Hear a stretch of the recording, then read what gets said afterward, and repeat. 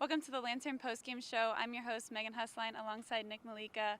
Final home game in the shoe for the Buckeyes this season. That means it's also senior day, so they had a nice little ceremony before the game, which is very bittersweet for them, but they also got a nice victory out of it as well. So what were your initial thoughts on the game, Nick? Yeah, Ohio State started off slower, not as slow as would typically think, but they were getting more field goals and touchdowns, and then they kind of turned around that second half and put up 2 touchdowns in that first 3 minutes of that second half. Yeah, definitely a crazy turnaround for the Buckeyes, kind of feeding into that narrative that they are a second half team, but they still got it together. So let's go into our 3 takeaways from the game. First off, Travion Henderson just had another monstrous game. Like you said, he had that touchdown in the first half, and then that long one to that was the first play of the second half. So another great game from him. He's just a major key of this offense.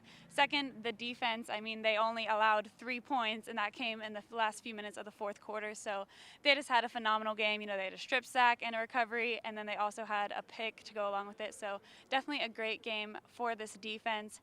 And lastly, last takeaway would just be Kyle McCord. He had a slow start, which he kind of has been having all season long, but he got it together in the second half and really put together a strong performance. Those are our 3 key takeaways. Who do you think is the player of the game, Nick? Player of the game is Travion Henderson, of course. He scored 2 touchdowns in this game, and that second one was just explosive. Yeah, over a 70-yard touchdown for him. So definitely a huge game from him, and perhaps his final game in the shoe.